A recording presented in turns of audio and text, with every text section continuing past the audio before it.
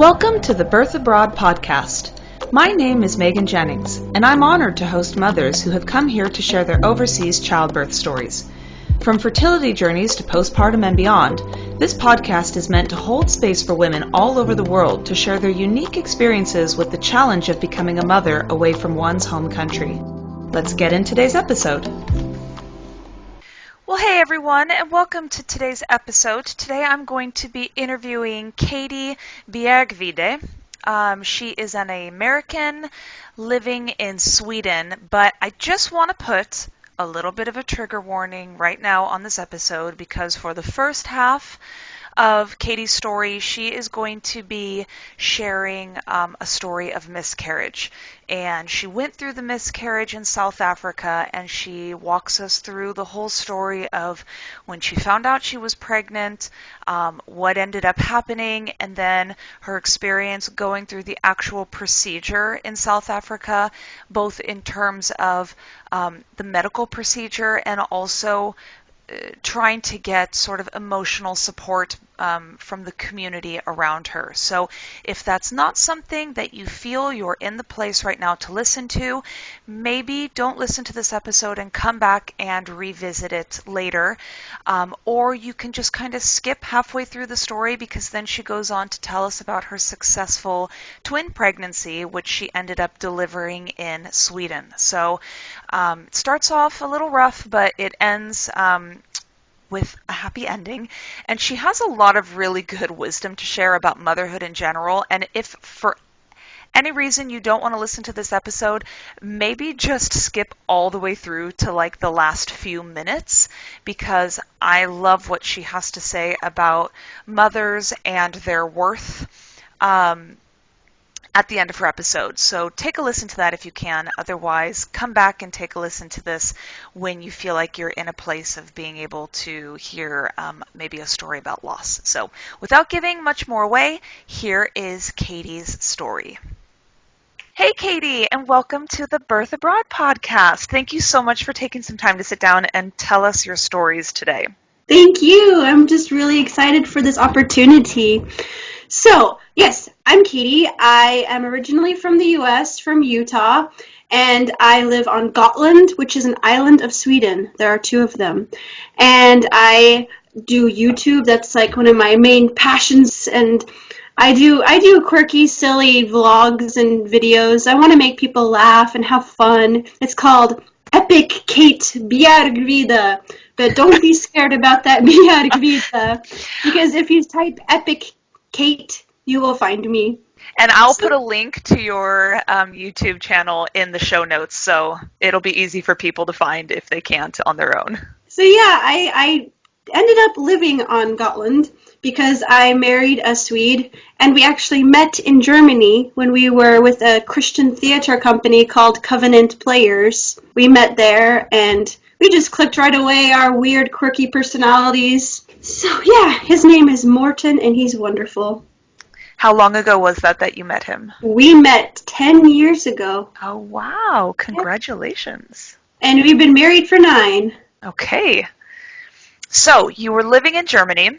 Yeah, we were actually having our training time in Germany, and the ministry that we were with, all the different teams that traveled throughout the continent would gather together in Germany to meet and have classes and training, and then we would get sent out to specific areas. So when we were engaged, we got to travel together in Germany and Austria and Switzerland, and we got to take some trips into Slovakia. And then when we got married, we were leaders of a team in Germany, and we also traveled in France and in South Africa.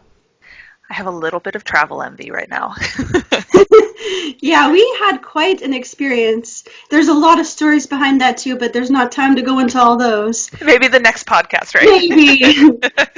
But our life got really complicated when we were in South Africa, because it turned out that we thought before you could just go there and then apply for longer visas from the country, but the rules had changed shortly before we got there. So 3 months into our time there, we had to leave and we had to go to our countries of origin to apply for visas to go back to South Africa. And that was stressful, and I was so emotional, and we had to be separated because he's Swedish, I'm American.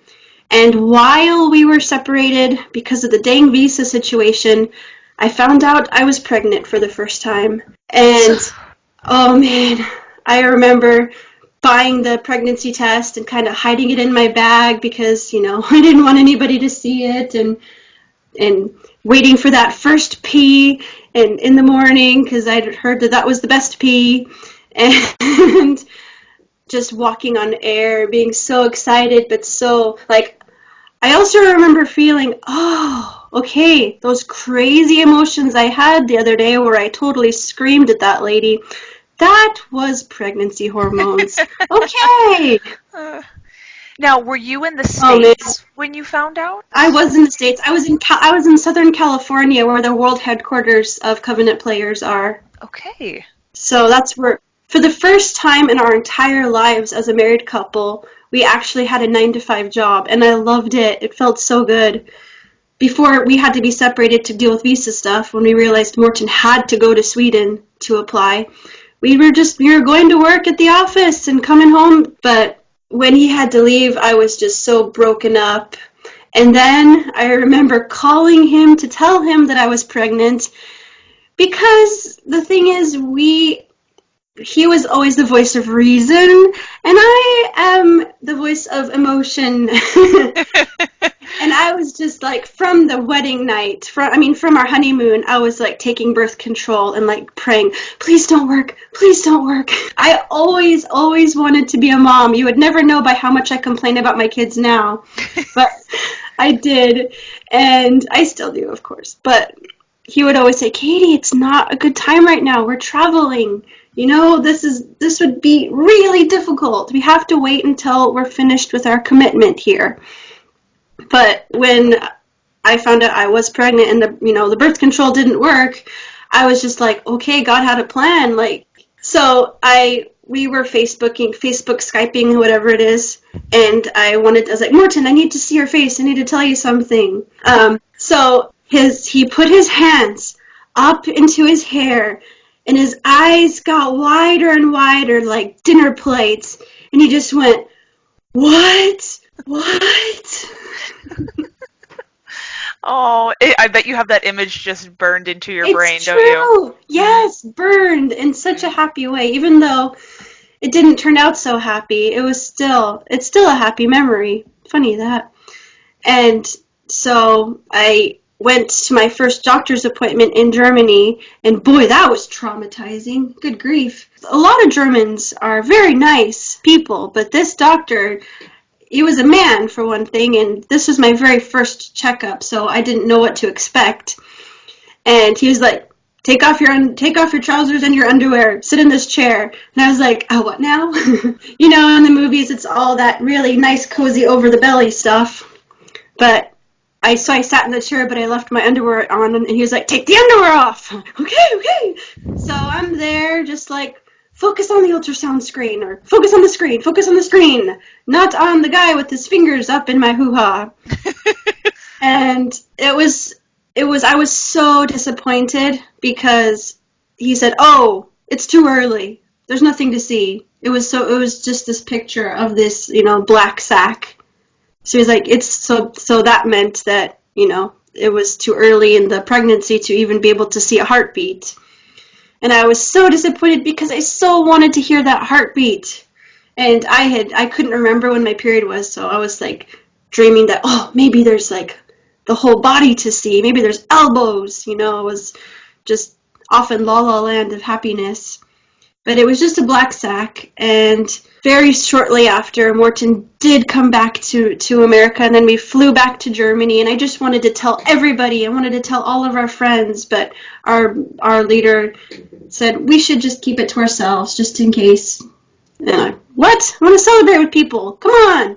But we didn't tell anybody, and then when we got back to South Africa, I wanted to wait enough time before seeing the first doctor's visit that we could really properly see the heartbeat and see everything. But then I had started to bleed, and I remember it so clearly. that we were at a church, because when we didn't have a place to perform on a Sunday, we would visit a church to introduce ourselves, talk about what we had to offer, hopefully set a time to perform in the future. And I remember being in the bathroom and just being like, oh God, no, no. And just like choking it all back and going out there and eating cake. And then as soon as there was someone to talk to, just going on autopilot, just saying all the things and just talking and talking and talking, trying not to think about it and trying not to feel it. And how far along were you at that point? I don't know. That's one of the most irritating questions. You wouldn't have known that. But that was one of the hardest questions, because I just didn't know. And when we went to the doctor and we were so nervous, it was still just the same black spot with nothing inside. And the doctor was like, this first doctor should have noticed that something was wrong. Like, see these specks here? This is indicative of a blighted ovum. Right. And we just cried and cried, and he seemed so like uncomfortable, but also nice about it, just giving us space. And it was so strange too, because since I was about 17 or 18 years old, I've had these like little white, I don't know, blobs under my eyes. It turns out that they're a sign of high cholesterol, and it's not really common for Caucasian people, so I don't know. And he was like, what I'm really concerned about is that those white things under your eyes. It's really sad. I don't remember exactly what he said, but my brain fills in gaps. It's really sad about this, but I'm not worried about it. It's normal. You can get it cleaned out, and you can get pregnant again. But you got to look out for your high cholesterol. That could be a sign of something more serious. How did that make you feel when he changed gears so quickly? I just kind of couldn't care less. He was a really nice guy. He was Indian, and I know there was a lot of culture differences between us being in this foreign country and all these different cultures around us. Mm-hmm. South Africa is a whole podcast in itself, and it was just so hard. Morton and I just didn't want to leave our bedroom.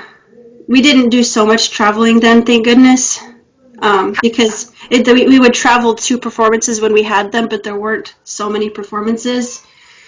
And we just cried in our room and tried to distract ourselves.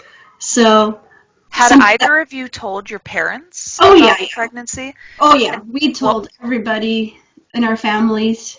So what was it like to sort of go through the grieving process so far from either of your home countries? You're both sort of in a foreign country at this point. We were both just pretty isolated, actually. Like, I remember telling people through Facebook Messenger and just cutting and pasting the message, like this simple, like, we lost the baby message, and copying and pasting Control V, Control V, Control V to everybody. I think Morton did some of it for me because he just didn't want to say it out loud. And I did a lot of journaling too. But yeah, we tried to distract ourselves, so we ended up watching a lot of this TV show called Psych, and we'd momentarily laugh or just be distracted, and then as soon as the episode was over, I remember Morton's eyes just filling up with tears again and just saying, another?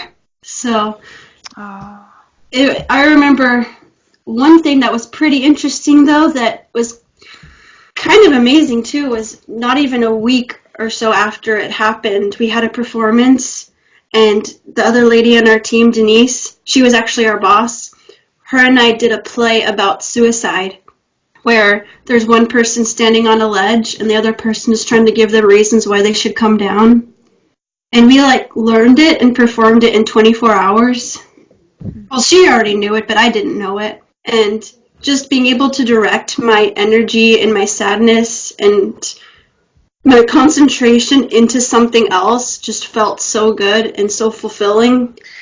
It probably made your performance rather authentic, too, when you're going through, a profound loss. Yeah. But something about the Africans white and black, because there is quite a huge difference between the cultures there. People said some really stupid stuff, and we were around a lot of people who considered themselves Christians that would say things that just, I was like, yeah, that doesn't help. Thanks anyway. Like you'll get pregnant again. You're young, and this is God's will, and the other end, this is the devil, and like. You know, it's interesting because there is another podcast that's hosted by a fellow YouTube mommy named Shelley Metling, and she has a podcast called Life After Miscarriage, and it's just like a podcast like this where women come on and they share their stories of loss. Mm-hmm. And I've listened to every episode because I find that it teaches me a lot about compassion. I've had a loss also, but it was such an early loss, and it just didn't impact me. For some reason, it didn't impact me so strongly. So, and the women that go on and share their stories, I mean, they say these things all the time about how people in their lives say stuff like that, and it's hard because you have to tell yourself they're not actually trying to say something. They're trying to help. They're trying to help. They just don't realize how those things really feel to someone who has gone through a loss. And you listed off some of the main ones that people talk about or people mention. And, you know, it's hard when you're in it. And then you're having to be compassionate toward people when you're the one going through the loss, because you realize that they probably don't understand. So, and then you throw on those cultural layers and, you know, spiritual, religious layers on top of that. You know, it's tricky. It's a tricky thing to process grief with the people around you, really. Yeah. I was so raw. And I wanted to talk to anybody who would listen. And in my line of work, we were, if we weren't at our office in Walkerville, Gauteng province of South Africa, we were far, far away. And so we had to stay in different people's homes and only stay up to 3 nights, unless they were super, super special friends that insisted we stay longer. But generally no longer than 3 nights at one place. And then on to the next place. And I was so raw and open and just bleeding. I wanted to talk to everybody. I wanted everybody to know what I was going through and to see if anybody had anything to offer and their hurts and their experiences. And I remember just gauging people, like, will they understand? Will they say something that is going to be hurtful, not intentionally? Because, you know, I was just, if I wasn't concentrating on work, I just wanted to weep all the time.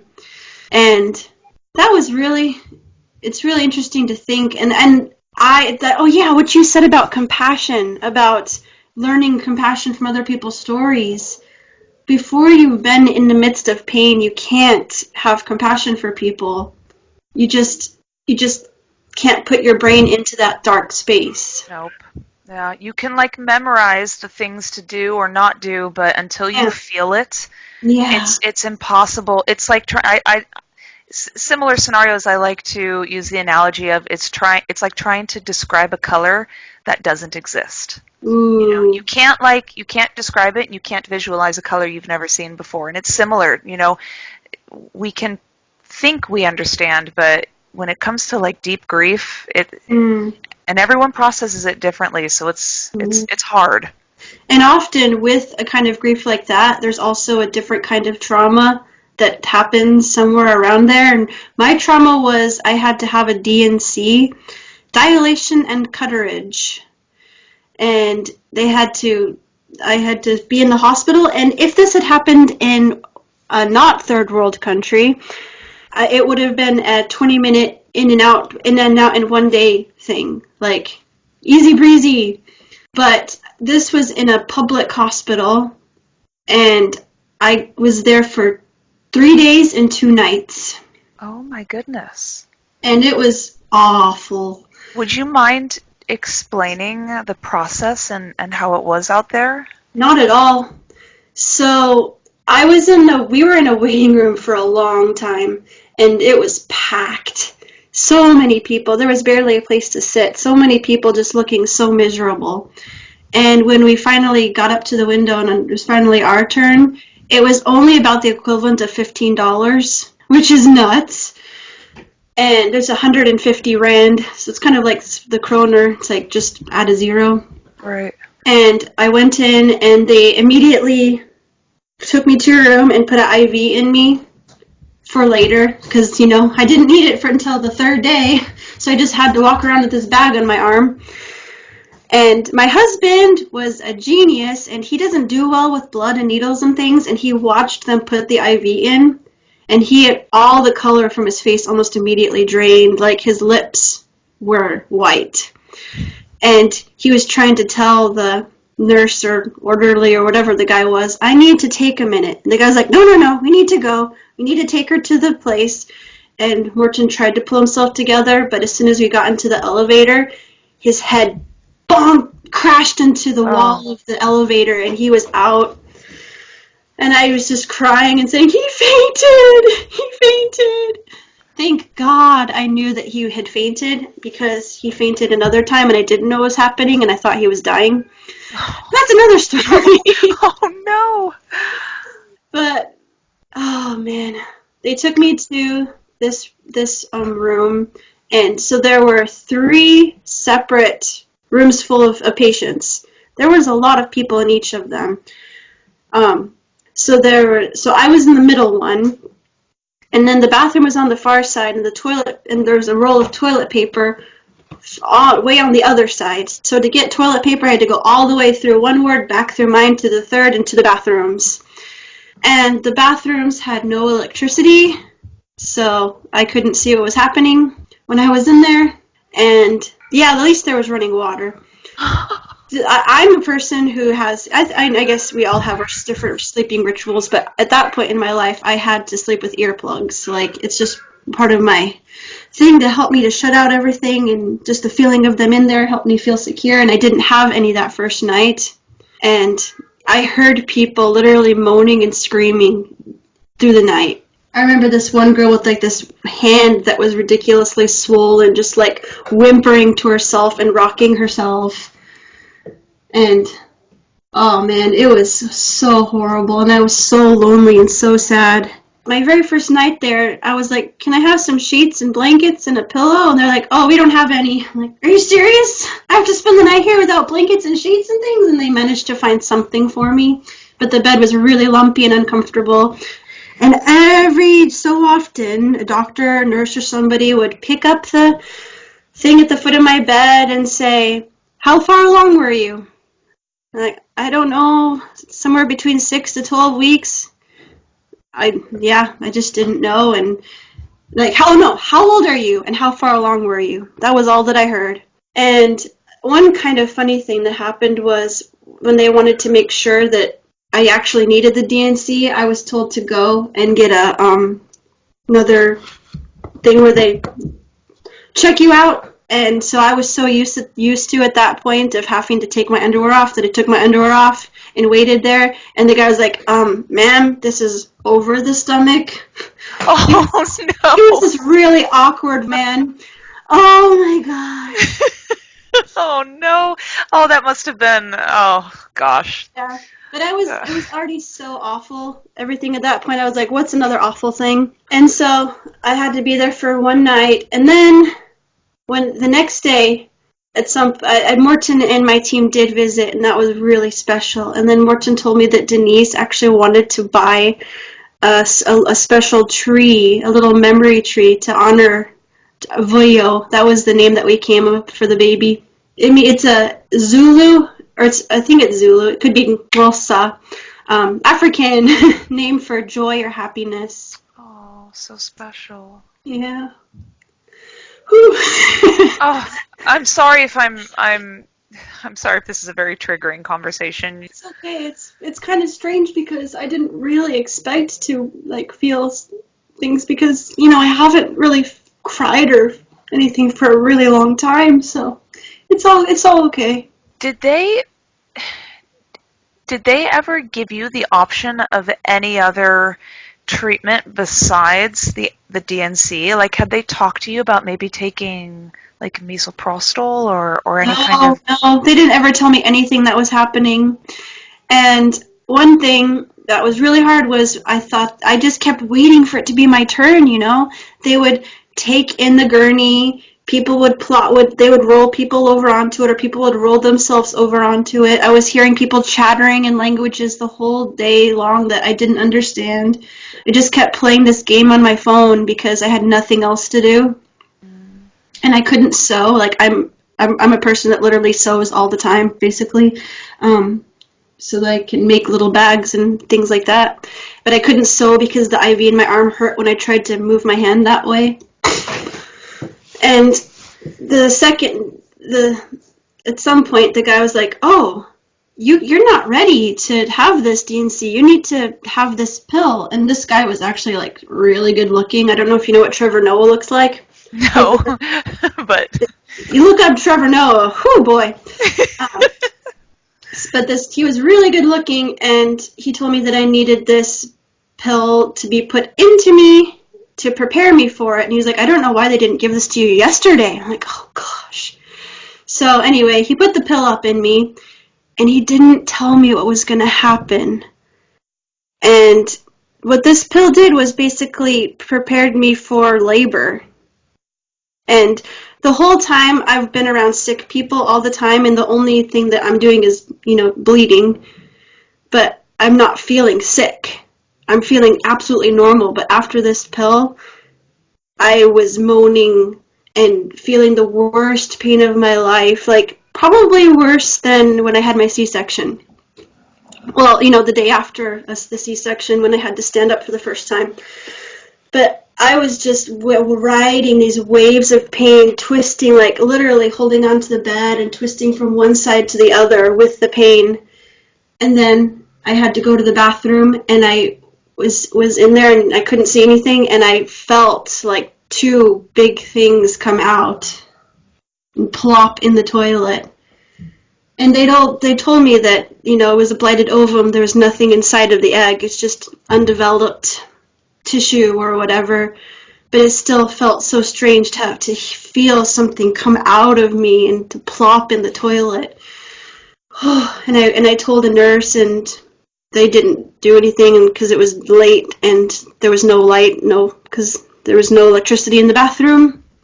Oh man, that was awful. Was Morton there with you the whole time in the hospital? No. They had very strict visiting schedules, only like an hour or something like that a day or something. So you were all alone. Yeah. And I had this thought too of like, so many people were at this hospital. Like, why would I think that I deserve better than what they are getting? Like, this is the only thing that so many other people have access to. Yeah, it makes you wonder, about, gosh, how many other countless women have gone through a similar situation alone, and these are things like we don't even think about when we cross women or men or anyone at the grocery store or in traffic. You just don't ever know what people have gone through. That is so true. So we went home. There was like no discharge papers. There was like no paperwork. It was so weird. It was so unlike any. I didn't know what to expect, obviously, but I think I expected at least discharge papers. And did they ever end up needing to do the DNC, or did you just pass it naturally? Yes, I skipped the actual DNC. So it was finally my turn, and I went in there, and I'm so scared. I've never been put under before. So I just felt terrified of that whole feeling, thinking of not being there, not being me, just being my body. Right. And I just remember telling myself, like, my name is Katie. I love Jesus. I love Morton. And, just reaffirming who I was so that when I woke up, I would still remember. Like it sounds so overly dramatic now, but fear makes your brain do weird stuff, I guess.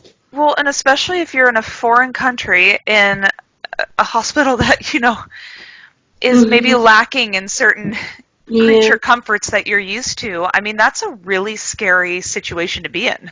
Really? So they wheeled me in, and actually in the operating theater, it was really bright and white and clean and scientific looking. That was where all the budget went, I guess, was to where it really counted. So yeah, they wheeled me in, and I remember telling myself this stuff, and the lady was telling me, "Oh, you'll get pregnant again." And it was funny too because she was like saying, "Oh, girl, you need to shave." I remember that's a weird detail to remember, but I was under, and then I remember waking up, and as I was waking up, I was seeing the game that I'd been playing so much, like the whole time. There's this game where like you swipe up to jump, you swipe down to duck, and left and right, and it's a constant running motion game. And I just like was seeing the game playing in my mind as I was waking up. And I just remember the person saying, "Are you awake? Are you awake?" And I started crying. And like, "What's wrong? What's wrong? Are you in pain?" And I remember crying because I was like, "It's over now. This is it. I'm not pregnant anymore. It's done." And I'm like, "Yes, I'm fine." I think I might have said I'm just sad, but I think I just scared them for thinking that I was in pain. And it was a really odd detail that one of the nurses that was there asked for a ride as it was time for Morton to pick me up and take me home. Asked for a ride to go to somewhere else. Like, feels kind of weirdly unprofessional, but whatever. I hate to laugh, but yeah, I mean, interesting timing to ask for a ride. Morton and I just kind of went back into normal, like, making jokes about things and kind of chuckling about how odd it was that she asked for the ride, and just felt really normal until it was time to go to the nursery to pick out the tree, because that just really hit me in such a deep place, and I was just so overcome by emotion about this gesture and about what it symbolized.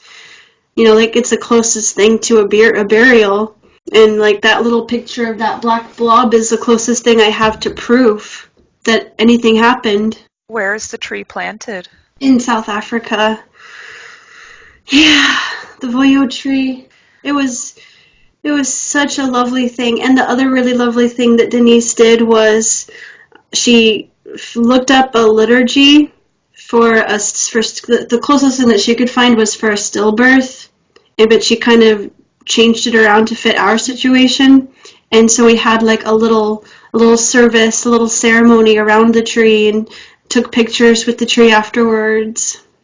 Is she South African? No, she's American. Oh, okay. Yeah, I was curious because you had mentioned how you were staying with hosts. Yeah. When we worked with hosts, we were at the office with her. Okay.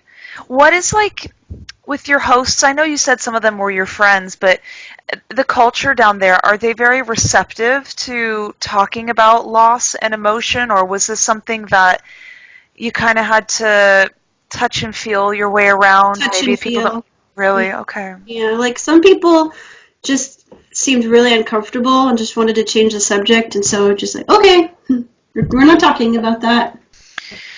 After all of this, I was just like, well, I wanted to be a mom for so long, and we had been saying, oh, we can't right now, it's not a good timing, but we got excited about it, and we were thinking, okay, God let this happen, that birth control didn't work, so maybe we're meant to, is that it? And so we both prayed separately, and I just really wanted to have a direct answer. I was like, okay, yes, next month you shall be pregnant. And both of us really felt that we weren't supposed to worry about it. And I was like, come on, God, that is not good enough for me. Don't worry about it. What kind of message is that? And it did not take long, actually. About 4 months, I think. I think I had my DNC in July. Wait, no, I'm all confused. All right, I'm confused because in South Africa, the seasons are off. Aha, yes, that's right. It's the other way around the world. Yep. So my timeline is a bit confused because I haven't thought about it in such a long time because I've been so busy with my current life.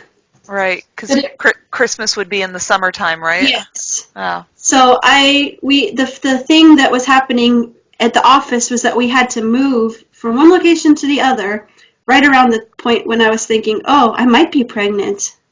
And I was worried about, lifting heavy things and getting in trouble. And so I was like, I was trying to be subtle to Morton, saying, like, I don't want to lift too many heavy things.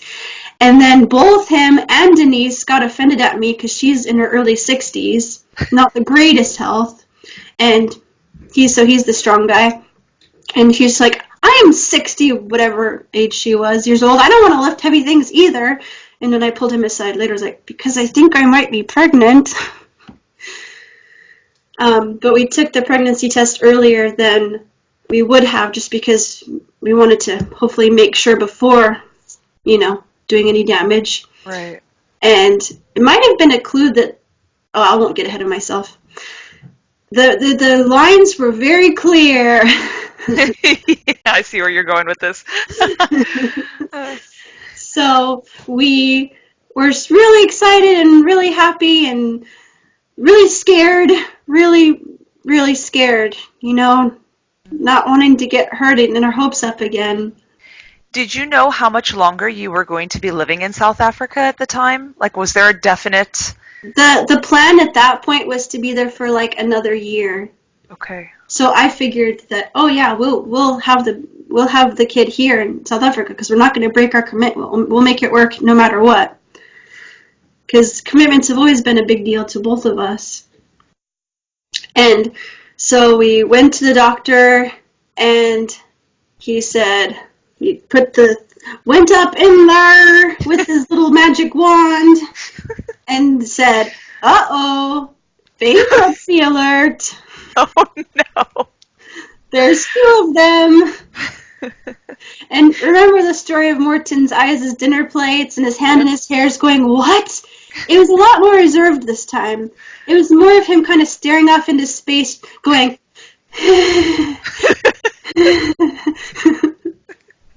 sort of chuckling, sort of freaking out. If there are ever to be fathers listening to this podcast, they're probably laughing in agreement. Oh, I was just like, what? In my naivete, I was thinking that's not possible because like if I was a hyper-ovulator, wouldn't I have like double periods or something? Like, wouldn't I know if I was more inclined to have twins? Do you guys have twins in the family anywhere? On my dad's side, he's got twin sisters, but they are identical, and we don't know if our kids are identical. We need to take a DNA test. Oh, really? Yeah, because they can have 2 different egg. Because my kids had 2 different egg sacs and 2 different umbilical cord. I mean, right. Yeah, of course they have different umbilical cords, but you know what I mean. 2 placentas, 2 eggs, 2 sacs. Yes, right. But there's still a 30% chance that they are identical. Right, just depending on when it split, right? Exactly. Very interesting. Yeah, we had a lot of doctor's visits because of being more high risk, having had a miscarriage, and twins in general are higher risk. Of course, if they're in the same sac, that's even higher risk. Yep. What is the model of care out there? Do they have a midwifery prevalence, or does everyone just go and see an OB? I'm assuming you had to go see doctors because of the fact that you were high risk, but how was that all? It was kind of really laid back, and because we were traveling so much, I couldn't see the same guy all that often, so we had a few visits with people that were just one-offs. We just gave them the information. They basically did an ultrasound, measured them, and that was about it. How was your pregnancy? Was it like just lots of morning sickness? I hear twin pregnancies can be a little bit rougher on the body than a singleton. The thing that I remember most is being really lightheaded easily. Like, I could not stand for a whole song at church. I'd have to sit down like 5 times and try to stand up again. And even early in the pregnancy, everything would go black and warm so often. So I was just very, very lightheaded. I never actually fainted. I just felt really close to it a few times. I only got sick like 3 or 4 times, and it mostly had to do with like smelling the fridge. Like, I could not go near the fridge. My sense of smell was so sensitive, and I don't actually have a very good sense of smell because in my childhood I shared a basement with dogs in my bedroom, so I learned to turn off my nose pretty effectively. So it was so strange to actually smell things. And yeah, everything went so normally in the pregnancy. Like, I just got bigger and bigger and more uncomfortable and waddled around and still performed even while huge. And Well, that's nice that it was a relatively easy pregnancy there and you were still able to work. Yeah, I slept a lot, which was really, really nice. Sometimes I was like, this is the best thing ever that we don't have a lot of performances, because I would just go in the room and just sleep for like 4 hours every day. That actually, this is a completely unrelated question, but you made me think of it for some reason. Okay. How was insurance out there? Like, were you covered through the performing company you worked with, or is it a socialist structure? I don't know anything about healthcare down there. We were not. It was a huge, wonderful blessing that the DNC only cost $15, and it was effective because my body worked well enough to produce twins. But everything was out of our own pocket, and it was expensive. Like, I'm just amazed that it all happened, because basically each visit was around $50 to $60, which was a kind of a lot for us because we weren't making much. The organization that we were with did not have the funds to support with that kind of thing. So you are pregnant. Yes. But you find yourself in another country. How does that happen? Well, we did so much discussion about it, trying to figure out how we would make it work, because the really difficult thing was there were only 3 of us, me, Morten, and Denise, to cover all of South Africa, Swaziland, and Lesotho, which are small countries that kind of depend upon South Africa's, I don't know if infrastructure is the right word, I might be trying to sound smarter than I am, but they are very, very tiny countries that exist within South Africa. So we covered all of these places, and we had performances all over them. And we were like, how do we make this work? We can't leave Denise, but I don't want to have these babies alone. And it was a hard thing, and we kept going back and forth about what to do with me. They thought of sending me to our office in Germany, where our friends there at the office there would take care of me. We thought of all these options. We had this one really wonderful host, who offered that I could stay with her, and then Morten could come up and visit me, because she was actually a doctor. And we had people that really worked and prayed with us, writing out all the pros and cons lists. And finally we settled on Morten, me going to Sweden before I was too large to not be allowed to fly. Send me to Sweden, and for Morten to finish up the tour with Denise and then come and join us, and then come and be with me again in Sweden. So that's what we did, and it felt so strange to leave, but it was what we needed to do. Did you have residency status in Sweden before you came? I did not. I was an illegal immigrant. But what did I do? What other choice did I have? Right. Like, there were options to have a child safely, give birth safely in South Africa, but they cost like the equivalent of 500,000 crowns. Oh, wow. Okay. Like, the rich people live well in South Africa, and I know because I stayed with a lot of them. Multiple swimming pools, huge barbecues, huge chunks of meat for dinner, full bars, just really luxurious living. And then there's the poor side, the public hospital side. But the private hospitals, I've heard, are just like hotels, or order whatever food you want, kind of luxury. What year was this? This was 3 years ago. So yeah, okay. So that was an interesting time in Sweden. 2016. So yeah, I came here with nothing, no paperwork, but I had to. I was like, what are they going to do? Kick me out with newborn twins? Like, right. I couldn't let myself worry about it. We just had to focus on the kids. Right. Focus on the girls. I found out that they were girls shortly before coming to Sweden. I just remember walking. We were at a mall, and I went off by myself to go to the bathroom for the 9 jillionth time that hour, probably, because that's how it is when you're pregnant with twins. You're peeing constantly. And I walked away. When I walked by myself over there, I just had this mental image of holding my hands and two little girls walking on either side of me and just like, oh. Yeah. So I went to Sweden, sans my husband, but I wasn't such an emotional wreck as I was when we were separated the other time. I was just very bored and very lonely and very uncomfortable. Like, I couldn't walk unless I, like, swung my arms a bit in front of me to give me momentum. Were you staying with his family at the time? Yes. Yeah. Okay. So they took amazing care of me, even though they were so busy. They bought me food. They just took care of me, and I was on my own pretty much all the time. So I ended up watching a lot of... They basically got Netflix for me.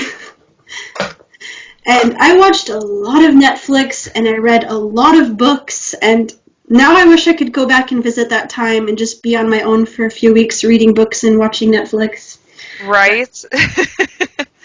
And I learned how to cook and bake a few things, and finally it was time to pick Morton up from the airport, and we got to have a wonderful week together before the girls came. 1 week. And so that meant you were, 31 weeks 32 along? weeks. Okay. Barely 32 weeks. And the really special thing is, if I had had the kids a few days earlier, I would have had to take a helicopter ride to Stockholm. Holy moly. Yeah, I was barely on the line of what this hospital was willing to, accept the responsibility for. And it was really funny. Morton and I were sleeping. It was 2 a.m, and I felt my water break, just gushing. And Morton, I think my water broke. Why? Why do people always say I think? Like, you know that's what happened. That's a good question. Although I know some women think that they might have peed themselves. But I know that can happen like late into pregnancy also. Have you ever felt your water break before? No, well, one time I think I felt it. My water didn't break until way later into both of my labors, so I was already in like la la land when that happened. Oh, okay, because I was asleep when it happened, and there is no pee like that. And even if you haven't peed for 5 days and you suddenly pee, there's no pee like your water breaking. It is like a fire hose in your pants. Okay, continue. And Morton, this is the talk about having to edit out laughter. Okay, so Morton was like, huh, what? And I said, my water broke. I call the hospital. And he said, I don't know how to say that in Swedish. Like, just tell them what it is. They'll understand. And he still had to look up what water breaking was in Swedish before he called them. And he's a Swede. But I mean, that's not vocabulary that comes up often. No, that's true, especially for men. So they were like, yeah, okay, just come in, just take your time and come to the hospital. Have you noticed people are just really relaxed in Sweden? Very, very casual about things. Mm. So I grabbed a towel and I straddled it and walked with this towel, one arm in front of my front and one arm in front of my back, straddling this towel, walking to the car. And we just like threw random things in 2 bags and took them. And it was like useless, like clothes that I was not going to be wearing for the next few months, and useless stuff that we grabbed. And we got in the car and we went, and I straddled the towel into the hospital, and they tried to stop labor, but they couldn't. And the contractions were coming, and they were sort of painful, and there was a really nice nurse that was helping me to breathe through them, to do that thing where you're supposed to ride through the wave of the pain. And then I got examined, and this lady doctor put her finger up there, and said, "I can feel the head." And then I was just like, tears. Oh my goodness, this is happening. Wow, so you were already at a 10, or? No, I have no idea how dilated I was, but the fact that you feel a head from just sticking your finger up there must mean that it's close, huh? Yep, the same thing happened in my labor, where I was only like 3.5, 4 centimeters along when we first went in, and the midwife said the same thing, and I was like, what, already? It's crazy. Yeah, I never heard any of the centimeter talk. There's so much birth story lingo that I hear in videos and stuff, and I'm just like, I can't relate. I have no idea what that means. So they pretty much immediately, when they realized they couldn't stop labor, the contractions were getting worse. Oh, and when we first got there and they checked the position of the girls, one of them was in the right position with the head down, but then she had turned, so the kid was blocking the exit sideways. Oh no. So then they were really fast and efficient, and they put me onto a stretcher, and they were taking me in to have the C-section. And I had prepared myself since basically we knew, and since I knew I was pregnant from the 31st of January-ish, end of January, and here we are in August. I knew that long that I would probably have to have a C-section because that is normal for twins. So I was prepared as much as I could be, and I remembered the two worst parts was, one, getting the catheter in. That is not a happy feeling. Had they anesthetized you or given you the spinal block or anything before that, or? I can't remember the order of events, actually. The catheter could have been after the spinal thing. But that was really uncomfortable because I felt so out of control when there were people all around me. I felt like I was pinned as they leaned me forward and put the thing into my spine. But once I got some space to breathe, I remember feeling okay. And then they bound, my arms were up, bound up, I think with straps, I'm not sure. And I had a mask on. But even with all this stuff and doctors and nurses everywhere and a mask on and my arms up, my husband and I were just cracking jokes and just being totally normal. Like, I was not scared. It's kind of amazing. And so I was there, and then it was so amazing when I noticed that there was a bit of reflection on the light. It's funny, even though you can't see me, I'm still like in position acting it out right now. So I noticed that there was a bit of a reflection in the lamp in front of me, and I didn't want to look too closely at it because I did not want to see them cut into me, because I think that would have been pretty traumatizing. So, but I kind of kept one eye on it and one eye on Morton, and then I actually saw it reflected up in the thing, the first baby come out. Oh my gosh, what was it like? I just immediately started sobbing, saying, "Baby, baby, baby, baby." Oh. Oh man. And then I, in the tiny, tiny little cry, and then Morton went off to go and see that one, and they held that one up at the door for a sec before they went off to go do the tests and give the oxygen and things. And then the next one came up because they were only 2 minutes apart, and I was like, baby, baby, baby. Did you get to see that one too? Really briefly. And then Morton took a little video of them for me, and then brought the phone back to show me the videos that he made of them. And then I just had to wait for like 2 hours because they had to check my body and see about my reaction to the anesthesia. So I had to wait. They had to wait until both of my feet could move. So I was laying there in bed and one foot could move, but the other one, I just kept telling it, move, move. And my foot just I couldn't make it move. And I was like, I want to see my babies. And finally somebody came in, and we explained what was happening, and they're like, oh, 1 foot's good enough. Go in there and see your kids. And they wheeled me in to the room where they were, And I just instinctively, like, I'm a pretty modest person for the most part. Like, but I didn't care who was in the room. I just whipped off my bra. I was really glad that I was wearing a sports bra that was easy to get off, but it was kind of stuck around one arm because I couldn't get it off completely. But I just whipped it off of me so that I could have my baby straight on skin to skin. Were they, I'm assuming they were in like the NICU or a NICU setting? Yeah. In the hospital in Visby, there's just like one NICU room. It's not like a whole wing or hospital. It's just one room that they have, and they were in the one warming bed. It's like it wasn't like an incubator, but it was just heated. How big were the babies when they were born? They were 3-pounders. Oh, that's not too bad for 32 weekers. Yeah, so one was 1,400 grams and one was 1,600 grams. Not exactly, but I'm not that good of a mom to have their weights remembered exactly. You're a twin mom. You get a pass on everything.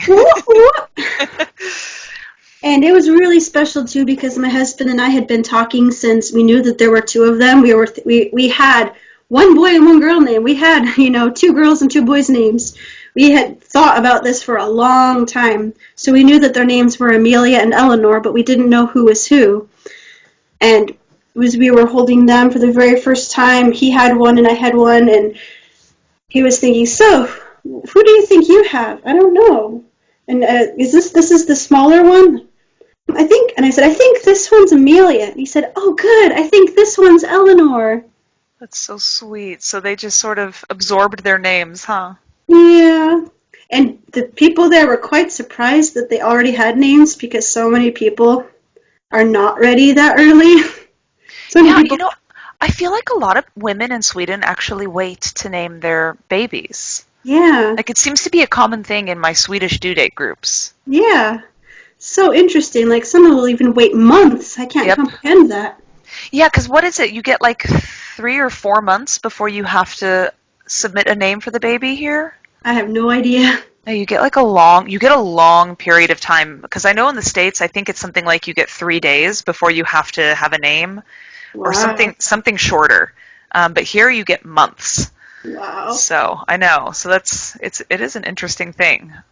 Yeah. So how long were they in the NICU for? We were there for 6 weeks. And the really wonderful thing about it all was we got to live there at the hospital with them. We didn't have to go home. We didn't really have a home at that point because, Morton had only been in country for a week. And so we lived at the hospital. There was a room right next to the NICU room for parents. And you got to stay there the whole 6 weeks. They eventually, once the girls were able to go once they were full term and were ready to go into the regular room, we moved into that one. Mm-hmm. I think we were there in the other room for maybe a week. I don't know. Mm-hmm. And so my life was pumping and it was the nurses and doctors and midwives and everyone was so nice and so helpful, and like from day one they were trying to get the girls to latch and to get used to the idea of nursing, and it just was so great as they got bigger and bigger and got more and more used to it. And have you ever seen those little plastic things that go over the nipple to help the baby? I forget what they're actually called in Swedish. I don't know. Yeah, they had to use that in their little mouths. Like in the beginning, they barely fit over even that. I think they had a special, even smaller thing to go over it. Although, seeing my baby's faces next to my breasts, my nipples just looked so ridiculously huge. Alien-like. Did it take an extended period of time for your milk to come in, especially since you delivered so early? It took a very painful, it took 3 very painful 10-minute sessions of pumping to get it going. Okay. But the thing that was really difficult was they told me 10 minutes, 3 times a day, and then even after the milk came in, I thought that that's how long I still needed to keep it to.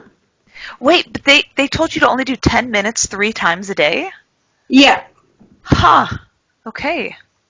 I could be remembering wrong. That is not outside the realm of possibility. No, because I'm just thinking, like, in order to encourage the milk to come in, it's usually like, yeah, okay, 10 minutes, maybe 15 minutes, but it should be like every 2 to 3 hours. Oh, wow. So you're lucky you got you got a Yeah. shorter prescription for pumping. Yeah, it came. Oh boy, did that milk come. And I wish somebody had just told me, or if I had wish I had just asked, can I up the time? Because I would be like, I remember being so rock hard and in so much pain and saying, Morton, feel my boob. And I was like, oh wow, that's weird. And like, wow, we reached a new place in our relationship where I told him to touch my breast and there was nothing sexual about it. It was just, isn't that weird? Yeah, that is weird. Oh man, I do not miss pumping. I never ever pumped once my kids were able to nurse. Did you tandem nurse them? Yeah. And I am so, so thankful that me and my husband were full-time parents for the first 5-ish months. I cannot comprehend doing it alone because, I was on the couch nursing them all the time, and Morton cooked and cleaned, brought me water, and helped us get into position to nurse. It was all a full-time job for both of us. Yeah, it's something I mentioned in a recording I had earlier today was how on earth do, like in countries where there are no paternity or even maternity, but paternity leave policies, how do women who just had C-sections, whether it's their first kid or their second kid, twins, whatever, how do they manage all of it alone? I don't recovering, trying to feed their baby, trying to manage some semblance of normalcy in the house and take care of their own hygiene and feed themselves. How do they do it? How do they do it? I don't know. I've never had to go through it before. It just doesn't seem possible because even having my husband there full time, I would get so stressed and overwhelmed and tired. I literally would go outside and scream sometimes. Mm-hmm. Like, it's so much. It's so much to always have people on you, and they would nurse for 45 minutes, and I didn't even want to cuddle them. And I was like, get them off of me. I want to go do something. And sometimes the rare occasions when I would get to do dishes, I would just weep with joy. I'm off of the couch. I get to do dishes. Yay. It's an interesting thing, the feeling of being touched out, where you literally cannot stand people touching you. You just need to have body autonomy.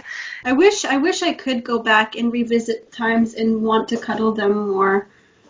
Some of my most precious memories are the very first 2 days at the hospital, when that's literally all I would do, was sit in the chair and in the NICU room, because they had to be where the special circulated air was.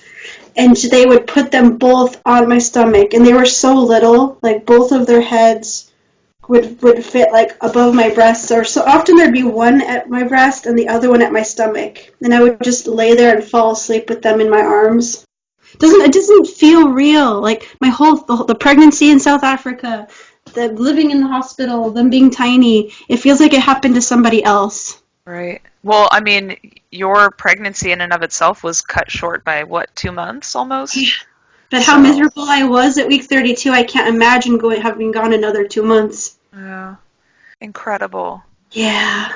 And I don't like it when people think, oh, twins, that's so much harder than one. No, it's not. One is hard too, and there's no shame in asking for help. It doesn't make a person any weaker. I actually made a video about that on my channel, about it being hard to connect with other Swedish parents sometimes, because I feel like I'd say, yeah, being a parent is awesome, but it's hard. And I feel like they're always saying, oh, no, it's fine, it's great. Yeah. And they look at me like I have 3 heads. Yeah, I've had a similar experience where sometimes I wonder if I'm the only person in this whole country that struggles. Right?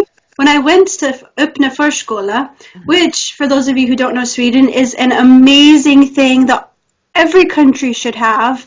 Mm-hmm. It's a daycare that you don't drop your kids off at. You stay with your kids. You play with them there. You meet other parents. Your kids can interact and play with really cool toys. And it's just a brilliant thing. And it's free. And it's free! Yes. So I would so often try to connect with parents because while I was struggling so much, even having a full-time support of my husband with me, I just made a vow to myself that I want to be that friend for somebody.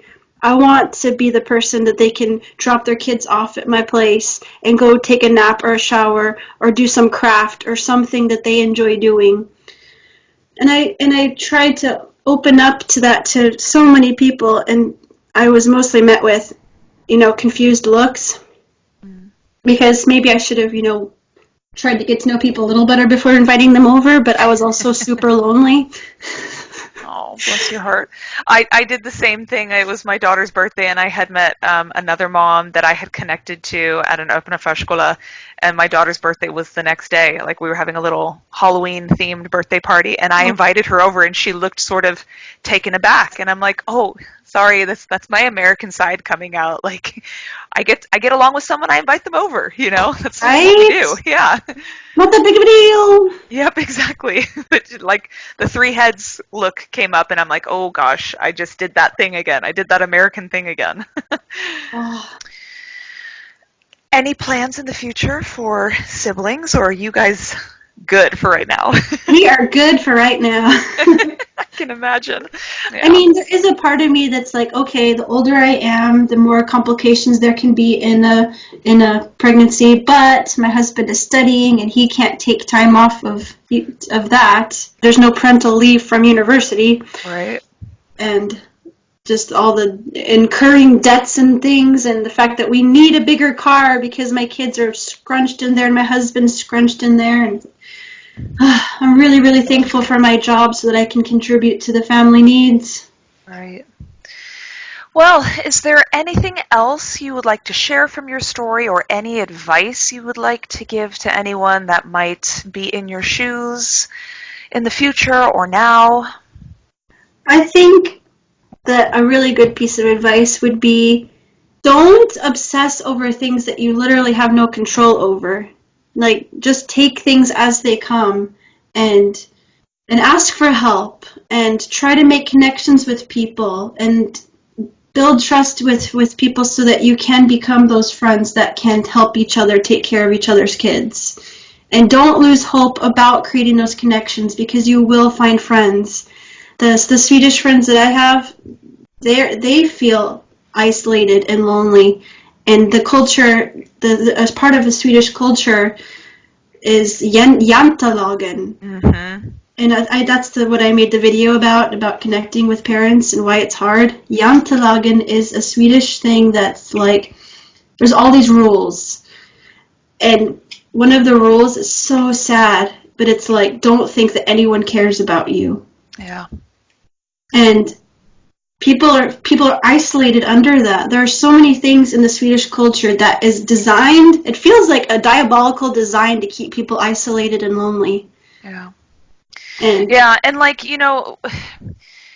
I guess the whole premise of it is don't think that you're any more special than the next person, but it really does play out in a negative way, I think, especially in like, especially for new moms or any moms, and in the dark, long, cold winters.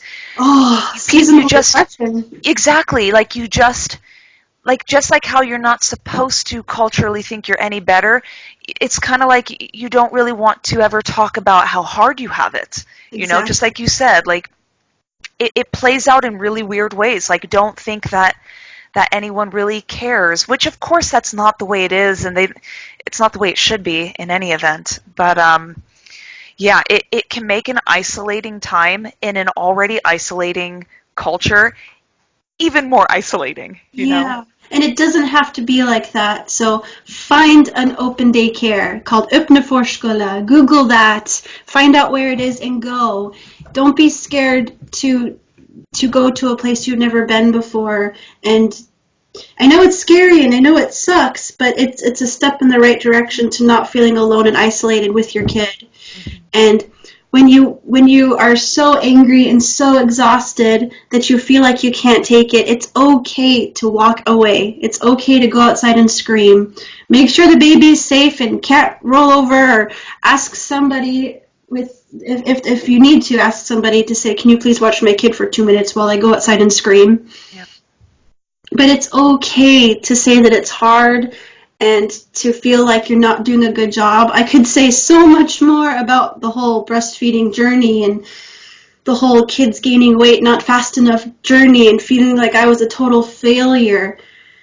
But there's another thing that I can say about that. Your worth is not dependent upon your milk or your patience or whatever. Like, you're still a good mom if you have to supplement with a bottle. If you decide that if you realize you're just not getting enough sleep and it's just not working, reevaluate and don't put your worth as a mother into these measurable things, how much weight your baby's gaining, how much milk you're producing, whatever, because you are going to do it, and your kid is going to survive and be happy and alive, whether they drink formula or breast milk. Just be kind to yourself, and just be proud of what you have accomplished, and just love yourself. Those are beautiful and encouraging words. I'm taking them to heart. I mean, you're speaking directly to me and to my story, so. You're doing a good job, Mama. On behalf of everyone listening, I'm going to thank you for that. Well, that's it for today's episode, and I hope everyone was able to take something away from Katie's wisdom and experience from everything she's gone through in her journey to motherhood. I know that sharing stories of loss and miscarriage can be very triggering and very difficult to talk about and open up about. So, Katie, I just wanted to thank you again for being willing to revisit those memories and invite people into learning from everything you went through down there in South Africa. If anyone has questions or wants to get in touch with Katie, you can find her on YouTube. If you just Google in YouTube for Epic Kate, K-A-T-E, her channel will be the first one to pop up, and I will also put a link to that in the show notes in case you would like to visit that on your own time. Otherwise, if you are a mommy abroad who has given birth abroad, or who has gone through pregnancy abroad, or who has gone through fertility treatments overseas, or has a story of motherhood that has happened in a foreign country and you would like to come on the show and share your experience, please feel free to email me at thebirthabroadpodcast@gmail.com, because I would be more than happy to talk to you about it. Thank you so much, everyone, for listening, and we will have another episode for you next week. Bye-bye.